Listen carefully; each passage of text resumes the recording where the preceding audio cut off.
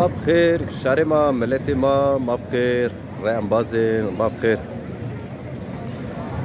انبازان خوجان خوی فیلان را حرمت خجان دومانان توتان را حس کردوخی خوی ارشونا انباز شما بینین ما انکا استانبول ده استانبول را شما روان مرحبا اتیا میدان بیازتو İstanbul Beyazıt Meydanı.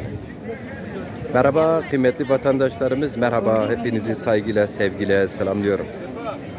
Demokrasi Zamanı Partisi Dezapar partimiz yürütmüş olduğu faaliyetlerine ara vermeden devam ediyoruz.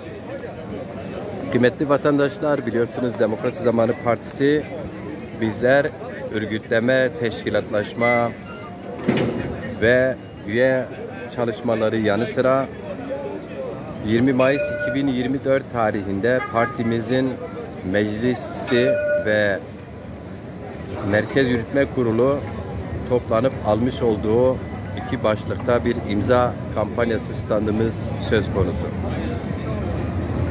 Ülke genelinde sürdürmekte olduğumuz bu standlarımızın devamı şimdi İstanbul'da.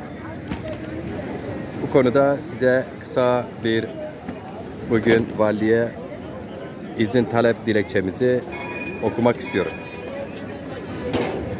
Demokrasi Zamanı Partisi Dezapar Parti Meclisi ve Yönetimi Kurulu'nun 20 Mayıs 2024 tarihinde almış olduğu karar gereğince TRT bünyesinde TRT Zazaki isminde bir televizyon kanalın açılması ve Milli Eğitim Bakanlığı müfredatında yer alan Zazaca, Kürtçenin bir lehçesidir tanımı yerine Zazaca'nın müstakil bir dil olarak kabul edilmesi amacıyla ülke genelinde bir imza kampanyası başlatmıştır. Bu çerçevede 29 Ekim 2025 Çarşamba günü İstanbul Beyazıt Meydanı'nda, yani burada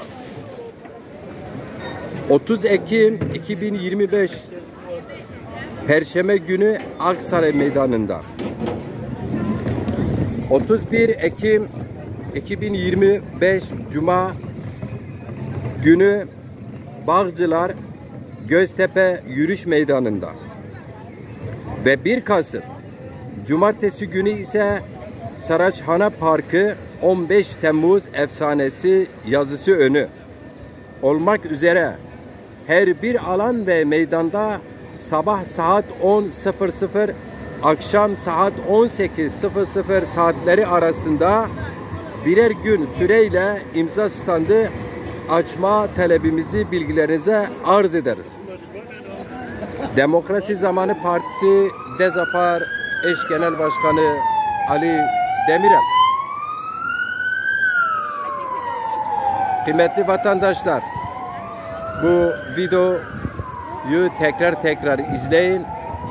İstanbul'da imza standlarımız için herkesi her anlamda seferber olmaya çağırıyorum. Partimizin yürütmüş olduğu faaliyetlere, alanlarda sahip çıkın. Sosyal medyada sahip çıkın. Faaliyetlerinizde sahip çıkın. Söylemlerinizde sahip çıkın. Partiye üye olun. Partinin yürütmüş olduğu faaliyetlere sponsor olun. Parti faaliyetlerine destek çıkın. İçinizde ne geliyorsa onu yapmaya çalışın. Duaysa dua, maddi destekse maddi destek. Partiye üye olmaksa partiye üye olmak. Parti yönetimine girmekse partiye üye olup parti yönetimine girmek için.